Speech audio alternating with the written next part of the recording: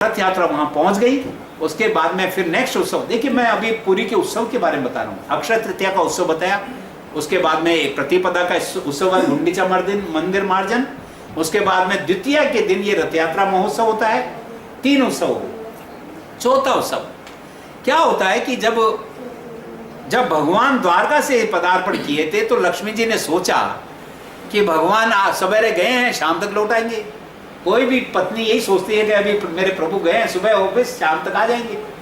जब भगवान पहले दिन नहीं आए, दूसरे दिन फिर इंतजार किया, फिर नहीं आए। हो सकता है फिर मोबाइल किया होगा कि कहाँ हैं आप, आ क्यों नहीं रहे। तो ठाकुर जी ने उठाया नहीं मोबाइल। तो इस प्रकार से जब 5 दिन निकल जाते हैं तो लक्ष्मी जी को बहुत विरह हो जाता है कि मेरे स्वामी मेरे तो न तो वापस कुछ कम्युनिकेशन मिल रहा है, ना आए हैं, तो उद्विग्न हो जाती है। तो उस दिन पंचमी के दिन लक्ष्मी जी स्वयं मंदिर से निकलती है ठाकुर जी को ढूंढने के कहाँ। उसको कहते हैं, इस उत्सव को हेरा पंचमी, वो पंचमी के दिन होता है। तो वहां से लक्ष्मी जी निकल करके, मंदिर से निकल करके सवारी हो लेकर के, और वो ढूंढती हुई जाती है, सब जगह पूछती है कि कहाँ है मेरे प्राण प्रिय वल्लभ, मेरे ठाकुर कहाँ हैं, जगन्नाथ जी कहाँ हैं। तो पता लगता है कि वो तो वृंदावन पहुंच गए। तो वो वृंदावन में प्रवेश करना चाहती है, लेकिन वहां पे उनको प्रवेश नहीं मिलता, दरवाजे बंद मिलते हैं वृंदावन में। वो गेट बंद कर दिया जाता है लक्ष्मी जी के लिए। तो अब लक्ष्मी जी बहुत कुपित हो जाती है कि हम क्योंकि वो वृंदावन में है और ठाकुर जी स्वयं चाहते हैं अब मैं वृंदावन में लक्ष्मी जी से नहीं मिलना चाहता, क्योंकि वृंदावन के भाव में हूँ, यहाँ आनंद दे रहा हूँ। तो वो मिलते नहीं है, वो बंद कर देते गेट। जब वो गेट बंद हो जाता तो लक्ष्मी जी कुपित हो जाती है, और लक्ष्मी जी को गुस्से के अंदर में रथ का कुछ रथ को कहीं से खंडित करके थोड़ा टुकड़ा तोड़ करके वापस ले आती है वहां से। अब लक्ष्मी जी कुपित होकर के फिर से मंदिर में प्रवेश कर जाती है। तो फिर तो आप जानते हो कि पत्नियों का कुपित होना कितना भारी पड़ता है। तो इस प्रकार से लक्ष्मी जी की लीला होती है, इसे हेरा पंचमी कहते हैं। उसके बाद में बाहुड़ा यात्रा होती है। देखिए, द्वितीया के दिन भगवान रथ यात्रा से गए, 7 दिन तक वहां विराजमान रहते हैं। कहाँ? वृंदावन में। और एक दिन वो हो गया, 7 दिन वहां विराजमान, 8, और 9वें दिन वो वहां से वापस रथ यात्रा, उल्टी रथ यात्रा कहते हैं, जिसको बाहुड़ा यात्रा कहते हैं, वो 10वें के दिन होती है। वो वापस गुंडीचा से, वो ब्रजवासियों को छोड़ना नहीं चाहते, लेकिन उनको लक्ष्मी जी की भी चिंता है कि मैंने 5 दिन पहले लक्ष्मी जी आकर के गई, मैंने मिला नहीं, और अब बहुत ज्यादा कुपित है, अब तो जाना ही पड़ेगा। ऐसा सोच करके ठाकुर जी वहां से वापस रथ यात्रा शुरू होती है, उसको बाहुड़ा रथ यात्रा कहते हैं। मैंने आपको बताया था कि रथ के अंदर में भगवान जगन्नाथ जी के रथ में 16 पहिए हैं, बलराम जी के रथ पर 14 पहिए हैं, और सुभद्रा जी के रथ पर 12 पहिए हैं। कुल 42 पहिए हो गए।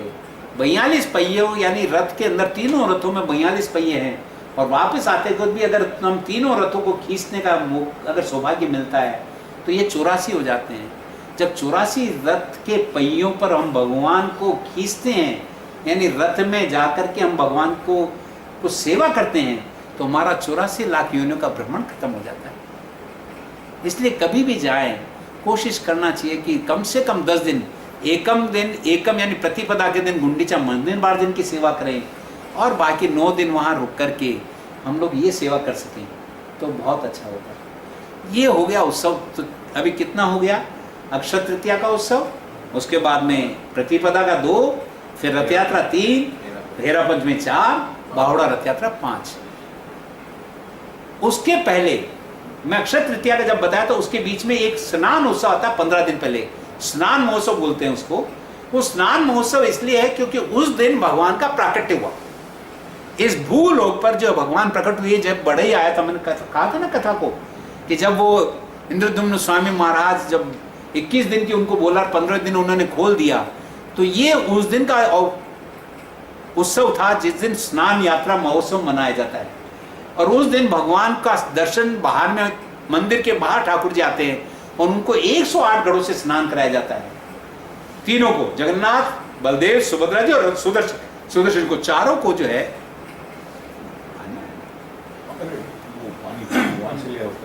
तो वहां पर भगवान की स्नान यात्रा का महोत्सव होता है। तो ये जो स्नान यात्रा का जो महोत्सव है, ये सभी को दर्शन करने को मिलता है, और बहुत सुंदर तरीके से वहां पर ठाकुर जी के स्नान को दर्शन करके हम लोग, भाव ये है कि जिस प्रकार हमने ठाकुर जी को स्नान करते हुए देखा है, उसी प्रकार हम लोग कृष्ण प्रेम में स्नान कर लें, यानी उनके दर्शन करते हुए और उनके भजन करते हुए, उनका कीर्तन करते हुए हम अपने आप को भी उस स्नान के अंदर में इस प्रकार से लिप्त कर दें कि हमारा भी कृष्ण प्रेम में स्नान हो जाए, ये भाव। तो ये होता 15 दिन पहले, यानी अमावस्या के दिन, पूर्णिमा को चालू होता है और अमावस्या के दिन पूरा होता है। 15 दिन तक स्नान, पूर्णिमा को चालू होकर के शाम तक हो जाता है, लेकिन स्नान ज्यादा होने से ठाकुर जी को फिर ठंड लग जाती है। उत्सव ये है। तो स्नान यात्रा महोत्सव हुआ, उसके बाद ठाकुर जी 15 दिन तक दर्शन नहीं देते। ऐसा बताया जाता है कि चूंकि ठाकुर जी को बहुत स्नान कराया गया, उनको सर्दी जुकाम हो जाता है, 15 दिन तक ठाकुर जी दर्शन नहीं देते हैं। उनको केवल काढ़ा, औषधियाँ, जो औषधि होती है, लौंग, इलायची, इस प्रकार से कुछ काढ़े वगैरह बना करके और ठाकुर जी को निवेदन किया जाता है। लेकिन इसके पीछे भाव यह है, क्योंकि भगवान जानते हैं कि मुझे कुछ समय बाद रथ यात्रा में जाना है, इसलिए मैं कुछ समय अपनी धर्मपत्नी लक्ष्मी के साथ एकांत में रहूं 15 दिन, ताकि उसको शिकवा शिकायत नहीं रहेगी। ऐसा होता ना, तो इसलिए भाव उसके पीछे ये है कि वो लक्ष्मी जी के साथ एकांतवास से आते हैं, क्योंकि पूरे दिन दर्शन देते रहते हैं, उनको समय नहीं मिलता है लक्ष्मी जी अपनी पत्नी से बात करने का। तो और रथ यात्रा पे जाना है, जब बाहर जाना है, और भगवान तो जानते हैं कि 9 दिन जाना है मेरे को, तो फिर बाद में कुपित नहीं हो, इसलिए वो उनके साथ में कुछ एकांतवास से आते हैं। तो ये लीला भी वहाँ होती है, इसको कहते हैं अनवसर, अनवसर लीला है। तो 15 दिन तक दर्शन नहीं होता है। और रथ यात्रा का जहाँ जिस दिन गुंडीचा मंदिर मार्जन होता है, उसी दिन वहां पर नेत्रोन्मिलन उत्सव होता है। नेत्रोन्मिलन उत्सव का मतलब है कि जब भक्त लोग पहला दर्शन खुलता है, स्नान यात्रा के बाद में पहला दर्शन खुलता है, उस दिन नेत्रोन्मिलन उत्सव का मतलब यह है कि जब हम पहली बार 15 दिन बाद में जगन्नाथ जी को देखते हैं, दर्शन करते हैं, तो हमारे नेत्रों के लिए वो महोत्सव है, क्योंकि पहले 15 दिन बाद हम ठाकुर जी का दर्शन कर रहे हैं। तो चैतन्य महाप्रभु जब स्नान यात्रा महोत्सव हो गया, उसके बाद दूसरे दिन जब उनको दर्शन नहीं मिले जगन्नाथ जी के, तो बहुत एकदम वो ऐसे हतोत्साहित हो गए और उद्विग्न हो गए कि अब क्या करूं, अब मेरे को जगन्नाथ जी के दर्शन कहां मिलेंगे।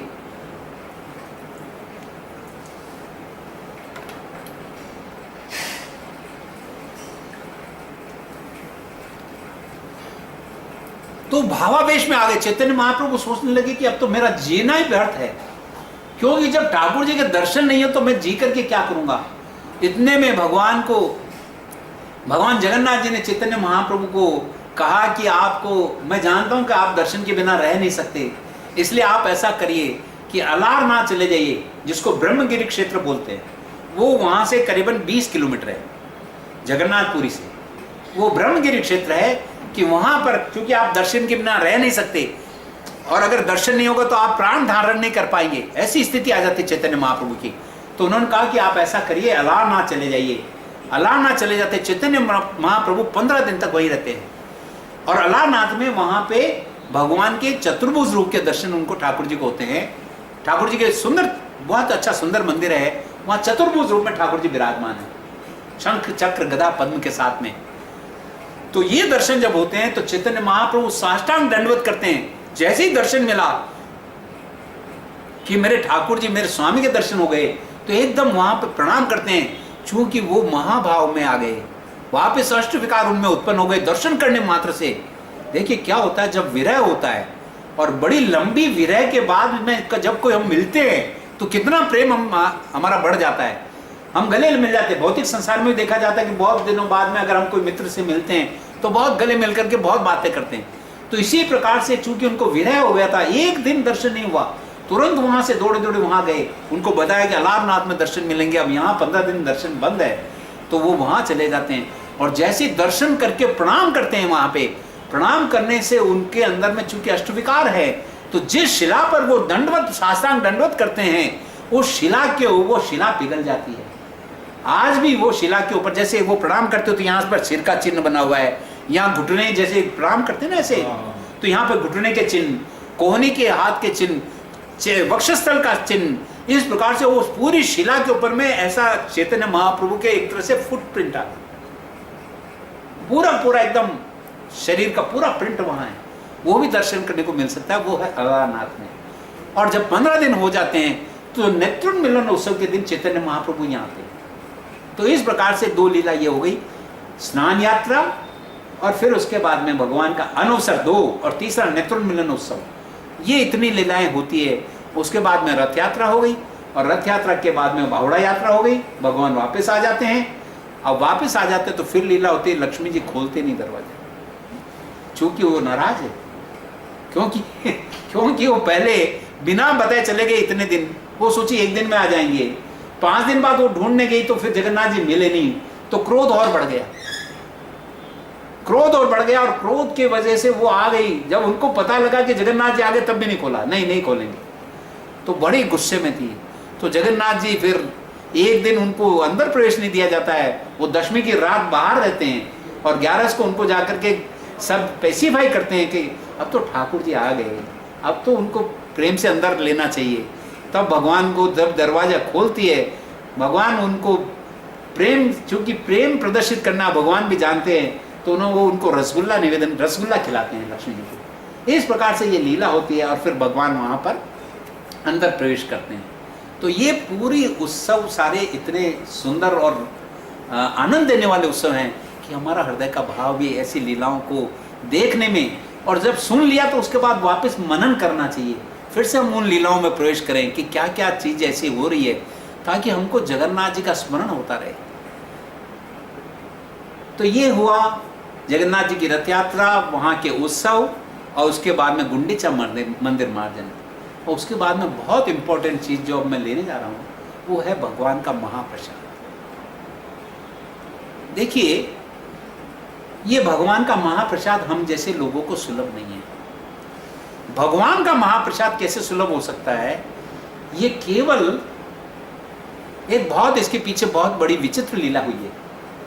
एक बार की बात है कि जब भगवान क्षीर सागर के अंदर में विराजमान थे, अनंत शेष सैया पर भगवान विराजमान थे नारायण स्वरूप में, और लक्ष्मी जी उनके चरण कमलों का संवाहन कर रही थी। तो नारद जी ने उद्धव जी से सुना था कुछ समय पहले, श्रीमद् भागवतम में 11वें स्कंद में इसका वर्णन आता है। भगवान के महाप्रसाद का बहुत बड़ा महात्म्य है, ऐसा नारद जी ने उद्धव जी से सुना।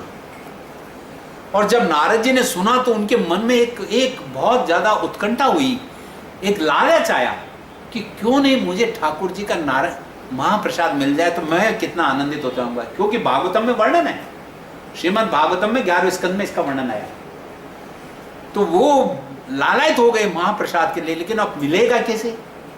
तो भगवान नारायण तो रहते हैं क्षीर सागर में, और लक्ष्मी जी उनके साथ रहती है, और वहाँ उनका महाप्रसाद, मतलब मैं जाता हूँ तो भी महाप्रसाद मेरे को कभी देखा नहीं कि भगवान महाप्रसाद ले रहे हैं। उस समय ऐसा कभी मौका नहीं मिला। जब भी मैं गया हूँ, दर्शन किए तो प्रणाम किया और अपना निवेदन किया, उसके बाद में वापस तुरंत आ गए।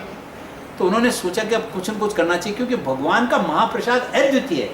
अगर एक बार मेरे को मिल जाए तो मेरा जीवन परिपूर्ण हो जाए, ये एकदम भावना हो। क्योंकि भागवतम में इसका वर्णन आया, महाप्रसाद का अद्भुत वर्णन है। तो ये जब सुना उन्होंने तो उनके मन में लालच आया, वो तुरंत क्षीर सागर पहुंचे, और क्षीर सागर पहुंच करके भगवान को दंडवत प्रणाम किया, लक्ष्मी माता को प्रणाम किया। और फिर वो भगवान पूछे, कैसे आए हो नारद, कैसे हो, ठीक हो?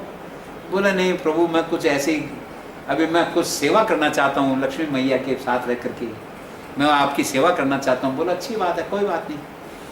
नारद जी ने 12 साल लक्ष्मी मैया की सेवा की, और लक्ष्मी जी समझ नहीं पाई कि नारद ये पुत्र के समान है, ये क्या चाहता है। तो वो उन्होंने सेवा की, तो बहुत सेवा की, तो लक्ष्मी जी प्रसन्न हो गई। तो जब लक्ष्मी जी प्रसन्न हो गई तो लक्ष्मी मैया ने कहा कि बेटा नारद, मैं आपकी सेवा से प्रसन्न हूँ, आप क्या चाहते हो? बोला, मैया अगर आप कुछ दे सकते हो माता, तो मुझे प्रभु का उच्छिष्ट प्रसाद, जो उनका उच्छिष्ट है, भोजन कर लेने के बाद जो बचता है, वो महाप्रसाद मुझे कृपा करके दे दीजिए। अरे नारद, आपने तो क्या मांग लिया, ये तो मुश्किल है, ये काम, ये संभव नहीं है। बोले, नहीं माता, अगर आप प्रसन्न हो तो सब कुछ हो सकता है।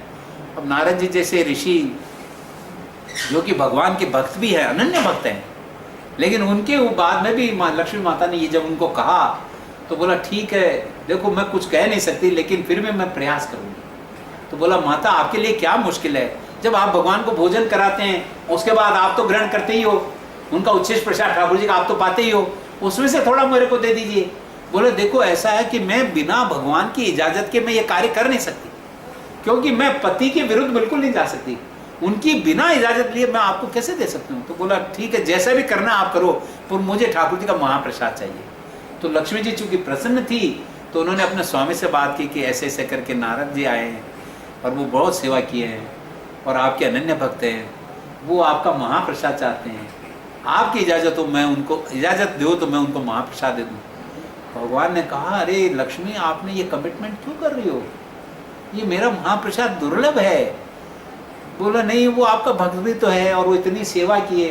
बोला अच्छा ठीक है, मेरे से छिपा करके केवल एक बार दे देना, एक दिन के लिए, उसके बाद में फिर नहीं तो वो वापस आएंगे, वो मत करना।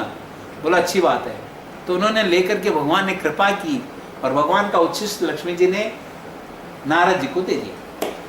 अब नारद जी को जैसे ही हाथ में आया तो नारद जी के चेहरे पर इतना प्रकाश हो गया और इतना भक्ति का प्रवाह बढ़ा, जैसे कि एकदम ऐसा लग रहा था कि नारद जी अपने मतलब होश में नहीं है, इस तरह से भक्ति में पूरा एकदम आनंद में कीर्तन कर रहे हैं।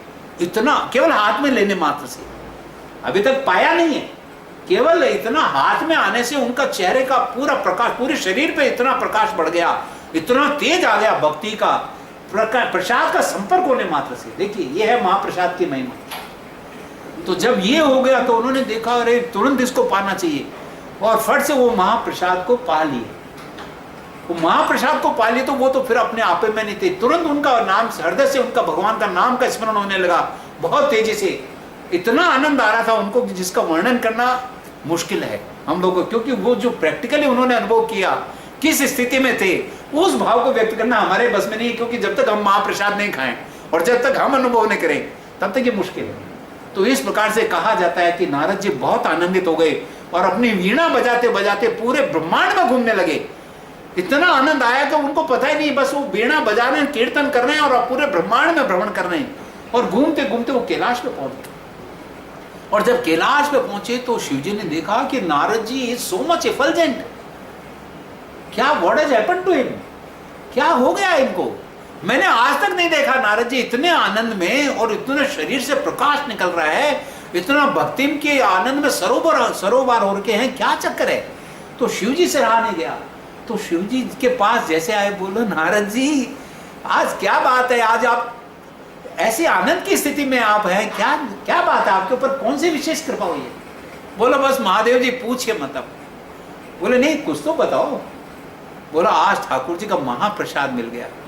अरे भगवान नारायण का महाप्रसाद आपको मिल गया। अरे नारद जी आपको सोचना चाहिए, अपने मित्र के लिए थोड़ा तो लाना चाहिए।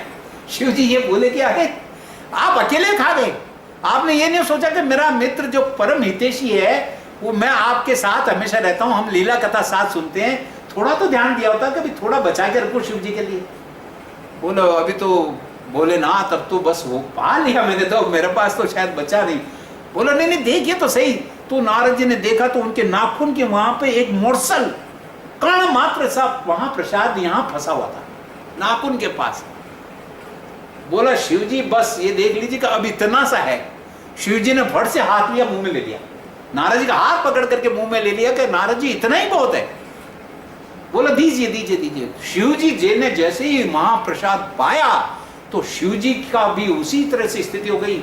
उनके महाप्रसाद पाने के बाद में महाप्रकाश निकलने लगा उनके शरीर से, इतना तेज निकलने लगा और शिव जी को इतना आनंद आ रहा था। और जैसे ही आनंद आया तो शिव जी तो नाचने लगे, उनका तांडव नृत्य चालू हो गया।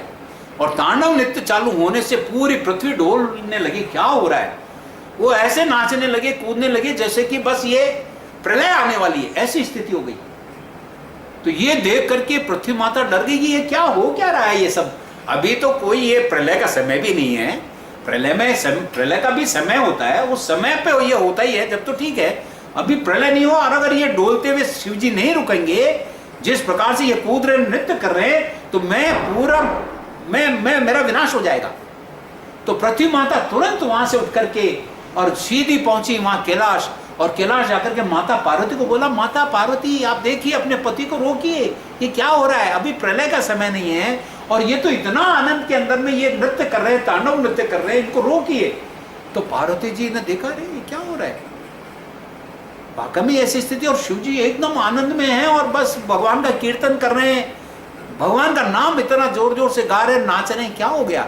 तो पार्वती जी को जब कहा तो पार्वती जी ने शिव जी को, चूंकि उनके हस्बैंड हैं, उनको धीरे धीरे शांत किया, प्रभु क्या कर रहे हैं आप, थोड़ा रुकिए, आपकी वजह से पूरा ब्रह्मांड डोलने लगा है, पृथ्वी के सारे प्राणी इधर उधर हो रहे हैं, जैसे भूकंप आता है, कोई इधर जाता है फिर उधर जाता है, कोई नीचे बिल्डिंग से नीचे भाग जाते हैं भूकंप की स्थिति के अंदर, जो तो कुछ भी नहीं है, लेकिन अगर पूरा ब्रह्मांड डोलने लगे तो क्या स्थिति होगी। तो इस प्रकार से पार्वती ने जाकर के उनको शांत किया, और शांत किया जब पूछा कि प्रभु क्या हो गया बताइए तो सही। बोले बस पार्वती आज पूछो मत, नहीं कुछ तो बताइए। बोलो आज इतना आनंद में हूं मैं उसका आपको वर्णन नहीं कर सकता। बोले नहीं बताना तो पड़ेगा आप, मैं एक तो पहली बात आपकी धर्मपत्नी हूँ और अर्धांगिनी होने के नाते मेरा यह कर्तव्य बनता है कि मेरे पति को मैं शेयर करूं और पति मुझसे शेयर करना चाहिए। तो ऐसी क्या आपके साथ में स्थिति हुई है, क्या ऐसा आनंद आपको मिला है जिसकी वजह से आप ये अपने आप में नहीं है। तब वो शिव जी ने कहा कि पार्वती आज बहुत शुभ दिन है, पता नहीं कैसा पुण्य उदय हुआ मेरा कि आज ठाकुर जी का महाप्रसाद मिल गया मुझे। बोला अरे ठाकुर जी का महाप्रसाद मिल गया और आपने अपनी पत्नी का ध्यान नहीं किया। मैं आपकी अर्धांगिनी हूं, आपको सोचना तो चाहिए कि अरे भाई जिससे आपने विवाह किया है, मैं आपकी इतने वर्षों से सेवा कर रही हूं, आपका फर्ज बनता है कि वो प्रसाद का कुछ कण मेरे लिए रखना चाहिए था, आप अकेले खा गए। शिव पार्वती क्रोधित हो गई। कहा जाता, मैंने ऐसा सुना है, पार्वती जी ने उसी वक्त शिव जी को श्राप दे दिया, ये कहा कि आज के बाद आपका झूठा कोई नहीं खाएंगे। उसके बाद में शिव जी का झूठा नहीं खाते, केवल जल चढ़ा करके उस जल को सिर पर धारण करते, बाकी चढ़ा हुआ शिव जी का नहीं खाते, ऐसा किसी ने कहा। लेकिन जो भी हो, ये हो गया। पार्वती जब क्रुद्ध हो गई तो पार्वती जी ने कहा कि ये हुआ कैसे। तो शिव जी ने सारी सीक्वेंस बताई कि इस प्रकार नारद जी वहां गए, उन्होंने लक्ष्मी माता की सेवा की और सेवा करने के बाद ठाकुर जी प्रसन्न हुए, ले देकर के वहां महाप्रसाद मिला, उसको नारद जी लेकर के मेरे को देख करके फिर वो घूमने चले गए। नारद जी तो वहां है नहीं, नारद जी खूब आनंद में भ्रमण कर रहे हैं पूरे ब्रह्मांड के अंदर, इधर उधर सब जगह घूम रहे और बस भगवान का नाम ले रहे हैं। उसके बाद में मैंने उनसे कुछ रिक्वेस्ट की तो एक मोर्सल, जरा सा एक कण मात्र उनके नाखून में कोई फंसा हुआ था, मैंने उसको लेकर के फट से खाया, जिसके बाद मेरी स्थिति ऐसी हो गई। तो पार्वती ने कहा कि ये आपने मेरे साथ अच्छा नहीं किया, आपको पति धर्म निभाना चाहिए था। पत्नी के सुख सुविधा ध्यान देखना आप पति का फर्ज है। जब ऐसा कहा तो उन्होंने कहा ठीक है देवी, अब ये तो कण था और वो मैं पा लिया, अब तो मेरे पास है नहीं, पर मुझे खेद है। शिव जी जानते थे कि अगर ज्यादा कुछ बहस करूंगा तो पार्वती भी क्रुद्ध हो जाएगी। तो उन्होंने कहा ठीक है, अभी तो गलती हो गई, अभी फिर नेक्स्ट टाइम कुछ मिलेगा जब कुछ करेंगे। बोला नेक्स्ट टाइम क्या है, इतने दिन कौन इंतजार करेगा। पार्वती जी ने कहा ठीक है। पार्वती जी ने तुरंत तपस्या पे बैठ गई और तपस्या पे बैठ करके उन्होंने, क्योंकि वो वैष्णवी है, वो भी भगवान कृष्ण का ही भजन कर रही है, भगवान विष्णु का भजन कर रही है, और भगवान ने एक नाम दिया था उनको वैष्णवी। अभी भी जम्मू के अंदर में वैष्णवी माता के दर्शन ही तो करने जाते हैं हम, क्योंकि वो वैष्णवी का मतलब है वो भगवान विष्णु का ही भजन कर रही है। और ये इस दुर्ग की प्रधान मैनेजमेंट उन्हीं के पास में। ये जो दुर्ग है, देखिए ये जो हम मृत्युमय लोक में है, और इसका अरेंजमेंट जो है भगवान की बाह्य माया शक्ति करती है, जिसको कहते हैं बहिरंगा शक्ति। और बहिरंगा शक्ति यानी इस दुर्ग की इंचार्ज दुर्गा देवी है। ये दुर्ग है, एक तरह से किला है जहां जेल है, ये पूरा जगत एक जेल है, इसकी इंचार्ज है दुर्गा देवी। क्योंकि ये दुर्ग बनता है, ये दुर्ग को कहते हैं, दुर्ग को यानी एक जेल है, उसको अरेंजमेंट करने, मैनेजमेंट करने में, और जो भगवान का भजन नहीं करते उनको कष्ट देने की सारी व्यवस्था दुर्गा मैया के पास है। इसलिए उसको महामाया भी कहते हैं, माया कहते हैं। और माया देवी का यही काम होता है कि जीवों को कष्ट दे करके, उनके पापों का, उनको कर्मों का भुगतान करके, उनको कष्ट दे करके उनकी मति को ठाकुर जी की तरफ भेजना है, उनको उस जीव को भगवान की तरफ भेजने के लिए वो ऐसा करती है। तो ये जो है दुर्गा देवी का काम है, वो परम वैष्णवी है। इसलिए उन्होंने बैठ गई तपस्या करने, और तपस्या करने के साथ में जैसे ही ध्यान लगाया और उनका ध्यान इतना प्रगाढ़ हुआ कि वो ब्रह्मांड के अंदर में लपटें निकलने लगी, एकदम ऐसा गर्म हो गया वातावरण। ब्रह्मा जी ने देखा कि अरे ये क्या हो गया, इतनी अग्नि कहां से आ रही है। इंद्र वगैरह सब चौंकने लगे, क्योंकि इंद्र तो अपने तीसरे माले पे ही है। जैसे पृथ्वी लोक में, जैसे अपन 14वें माले पे ना, ये 14 माले का भुवन है, वो भी ये 14 माले पर, we are on the 14th floor. और वो जो अगर ब्रह्मांड को देखे तो 14th फ्लोर मतलब सत्यलोक, ब्रह्मा जी का स्थान है। और 7वें माले के ऊपर में पृथ्वी लोक पर ये सारा हो रहा है, और उसमें कैलाश अलग है। लेकिन कैलाश में हो रहा था तो ये उसकी लपटें ऊपर में स्वर्ग लोक को जलाने लगी, उसके बाद में ब्रह्मा जी के लोक तक पहुंच गई। तो जब ब्रह्मा जी ने ध्यान किया, मेडिटेट किया, तो देखा अरे ये तो पार्वती जी एकदम साधना में बैठी है, तपस्या में बैठ गई, समाधि ली। तो तुरंत भगवान को रिक्वेस्ट किया, प्रभु संभालिए, क्या हो रहा है। भगवान तुरंत वहां प्रकट हो गए पार्वती जी के समक्ष और बोला, देवी मैं आपकी तपस्या से मैं प्रसन्न हूं, आप क्या चाहते हैं बोलिए। तब पार्वती जी ने कहा कि प्रभु मैं आपकी सेविका हूं, मैं आपकी सेवा हमेशा करते रहती हूँ। बोलो मैं बहुत प्रसन्न हूँ आपकी सेवा से। आप और शिव जी मेरे दोनों अंग हैं। शिव जी सारे उनको जो है तमोगुण का देवता है वो, और प्रलय के समय उनको सारा व्यवस्था उन्हीं को करने को दे रखी है, और बाकी सारे जीवों का मैनेजमेंट और इस दुर्ग का सारी व्यवस्था आप देखती हैं। आप वैष्णवी हैं। बोलिए आप क्या चाहते हैं मुझसे। भगवान को कहा पार्वती जी ने कि प्रभु मुझे आपका महाप्रसाद चाहिए। देखिए नारद जी को आपने दिया, नारद जी ने शिव जी को दिया, शिव जी ने मुझे नहीं दिया। अब मैं ये चाहती हूं कि जो महाप्रसाद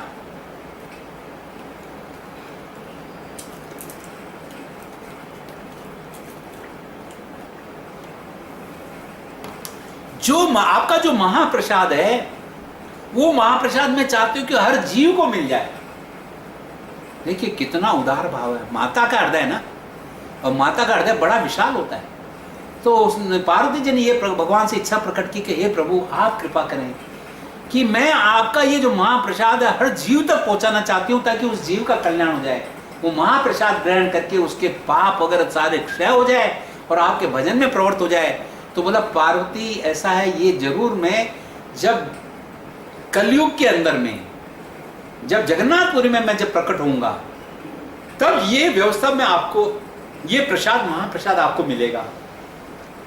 तो भगवान ने यह कहकर के भगवान अंतर्ध्यान हो गए। पार्वती जी बड़ी प्रसन्न हो गई कि बोलो चलो अच्छा है। तो जगन्नाथ जी का जो मंदिर है, मेन मंदिर के अंदर में ठाकुर जी को रोज भोग लगता है। जैसे मैंने बताया कि करीब करीब 25 कुंटल का चावल, दाल, सब्जियां, 56 भोग लगते हैं, जिसमें 9 प्रकार के चावल, 14 प्रकार की सब्जियां और 21 प्रकार के अन्य मिठाइयाँ, और इस प्रकार से अलग अलग चीजें वहाँ ठाकुर जी को जो भोग लगती है, पूरा 56 प्रकार के 56 भोग पूरे दिन भर में लगते हैं। तो भगवान ने चूंकि उनको प्रॉमिस किया था, तो वहां पर जगन्नाथ मंदिर में पीछे, भगवान के ठाकुर जी के पीछे की तरफ विमला देवी का मंदिर है। वो विमला देवी स्वयं दुर्गा मैया यानी पार्वती का ही वो मंदिर है। तो इसलिए भगवान ने चूंकि प्रॉमिस किया, तो अब जगन्नाथ जी को जो भोग लगता है, वो सारा भोग लगने के बाद में वहां से विमला देवी के यहाँ पे जाता है, पार्वती जी के यहाँ पे भोग लगता है। और पार्वती जब प्रसाद पा लेती हैं, उसके बाद में वो महाप्रसाद हो जाता है। प्रसाद पहले ठाकुर जी को तो जो भोग लगाते हैं उसको भोग कहा जाता है, वो प्रसाद नहीं हुआ। जब भगवान पा लेते हैं तब वो प्रसाद हो गया।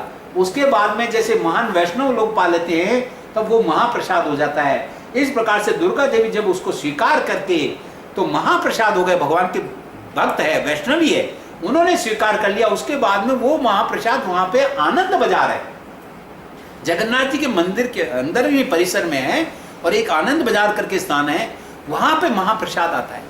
अब उस महाप्रसाद की महिमा इतनी